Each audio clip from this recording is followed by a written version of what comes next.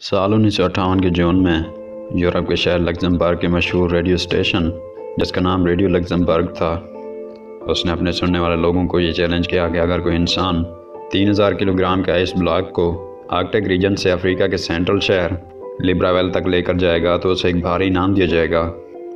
Radio Luxembourg ने यह ऐलान किया कि बर्फ़ के 1 किलोग्राम के बदले में 1 लाख फ्रांसिस दिए जाएंगे, जो कि आज के दौर में $16,000 बनते हैं, यानी 3000 किलोग्राम के $48 मिलियन बनते हैं, जो कि वाकई में बहुत बड़ा इनाम था। लेकिन इस चैलेंज के 4 रूल्स थे। पहला रूल ये था कि इस आइस ब्लॉक को 1 पीस में लेकर जाना है। दूसरा रूल ये था कि इसको सिर्फ बाई रोड ट्रांसपोर्ट किया जाएगा। तीसरा रूल ये था कि इस चैलेंज को पूरा करने में रेफ्रिजरेटर का इस्तेमाल नहीं किया जाएगा। चौथा और आखिरी रूल ये था कि इस सारे सफ़र की वीडियो बनाई जाएगी ताकि किसी किस्म की शक की गुंजाइश बाकी ना रहे।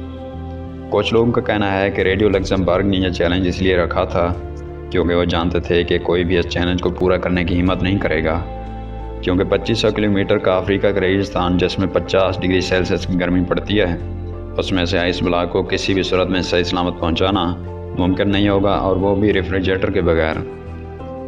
यानी बर्फ़ जो कि रेफ्रिजरेटर से निकलते ही फ़ौरन पिघलने लगती है, वो इस 8500 किलोमीटर के फासले पर कैसे पहुंचेगी। रेडियो लक्ज़मबर्ग ने यह चैलेंज तो कर दिया, मगर कई महीनों तक किसी ने इस चैलेंज को पूरा करने की हिम्मत नहीं की।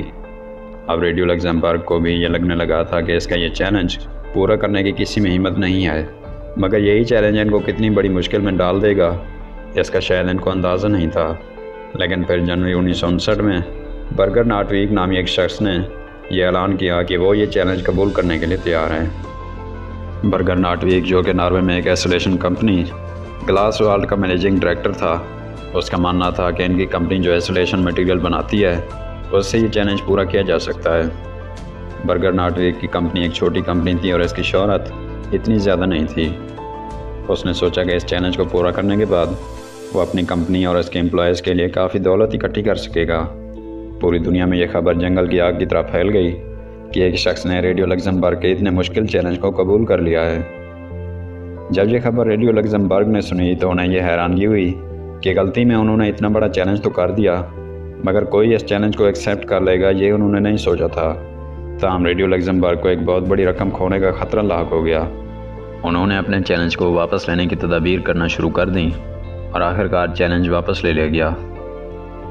इधर बर्गर नाटविक और उसकी कंपनी ने चैलेंज कबूल किया था तो वो इस वजह से काफ़ी मशहूर हो चुके थे। मीडिया ने इस मामले को इतना ज़्यादा हाईलाइट कर दिया था कि कई दूसरी कंपनीज़ ने पब्लिसिटी के लिए बर्गर नाटविक की कंपनी को स्पॉन्सर करना शुरू कर दिया था। स्कैनिया ने बेहतरीन ट्रक देने का फ़ैसला किया और शेल ने नॉर्वे से अफ्रीका के बीचों बीच के फासले को तय करने के लिए फ्यूल का खर्चा उठाने का फ़ैसला किया। चैलेंज अब स्टार्ट करने का वक्त आ चुका था। इस काम के लिए नाटविक ने एक टीम बनाई जिसमें एक इंजीनियर, 4 ड्राइवर, एक ट्रक मैकेनिक और 2 कैमरामैन शामिल थे।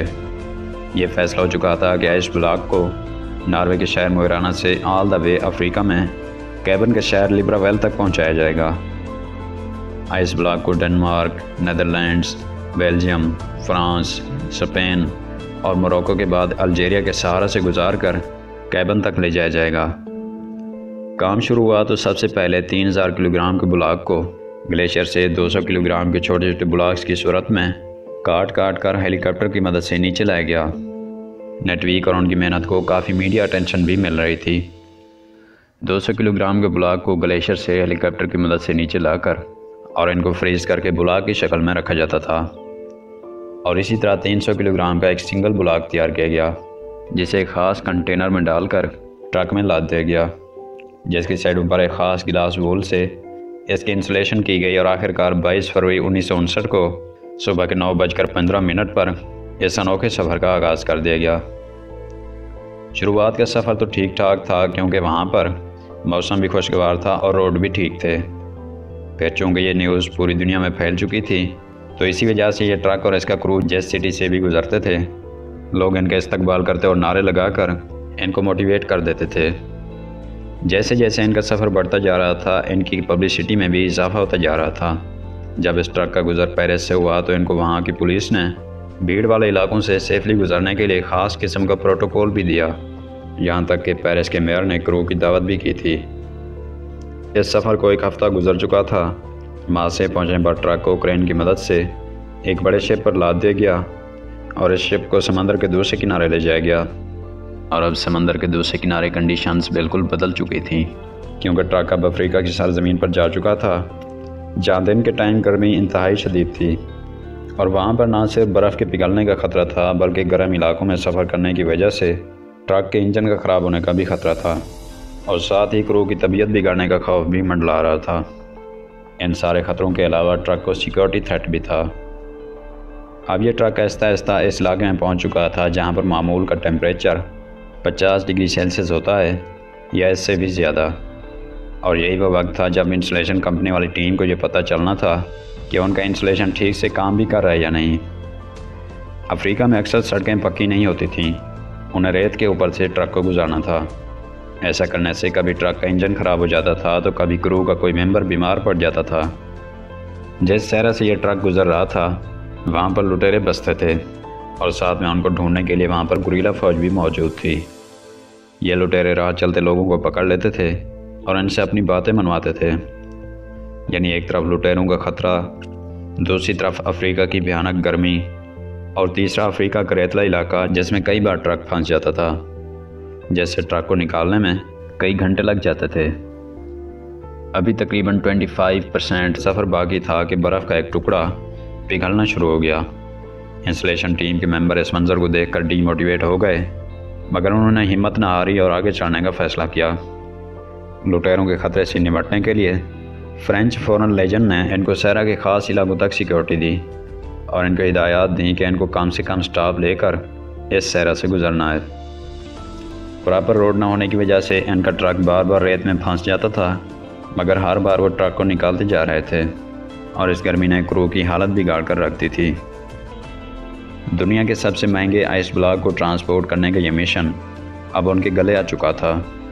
एक तरफ लुटेरों का खौफ तो दूसरी तरफ 50 डिग्री सेल्सियस की गर्मी। इसी तरह कई रातें उन्होंने रेत पर ही स्लीपिंग बैग बिछाकर गुजारी और आहिस्ता आहिस्ता मुश्किलात को फेस करते मंजिल की तरफ बढ़ते जा रहे थे। आखिरकार वह इस ख़तरनाक सहरा को पीछे छोड़ने में कामयाब हो गए और अब उनकी मंजिल करीब आ चुकी थी। पूरे 28 दिनों के सफ़र के बाद 21 मार्च 1959 को ट्रक, क्रू और बचा हुआ आइस ब्लॉक अफ्रीका के शहर लिब्राविल पहुंच चुका था। लिब्राविल पहुंचने पर उनका भरपूर इस्तकबाल किया गया, लेकिन अब सबको सिर्फ एक बात जाननी थी कि 8500 किलोमीटर का सफ़र करने के बावजूद और 50 डिग्री सेल्सियस के सहरा से गुजरने के बाद आखिर ट्रक के कंटेनर में कितनी बर्फ़ बच गई है। हैरत अंगेज़ तौर पर जब ट्रक का कंटेनर खोला गया तो इसके अंदर का मंजर देखकर यकीन करना मुश्किल था। जी हाँ, नॉर्वे से निकलते वक्त आइस ब्लॉक 300 किलोग्राम का था, लेकिन 28 दिनों के मुश्किल तरीन सफ़र के बाद इस आइस ब्लॉक का वज़न 2714 किलोग्राम था। यानी सिर्फ 336 किलोग्राम बर्फ़ 28 दिनों के सफ़र के दौरान पिघल गई थी और बाकी ब्लॉक वन पीस में मौजूद था। बेशक रेडियो लग्जमबर्ग ने अपने चैलेंज को वापस ले लिया था, मगर फिर भी ये चैलेंज पूरी तरह से पूरा हो चुका था।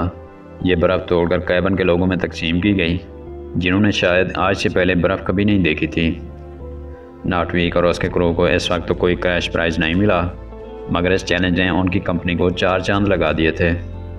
ये कंपनी आज भी ग्लावा के नाम से इंसुलेशन मटेरियल बनाती है और 1959 के बाद इनकी कंपनी की पॉपुलैरिटी में मुसलसल इजाफा ही होता चला जा रहा है।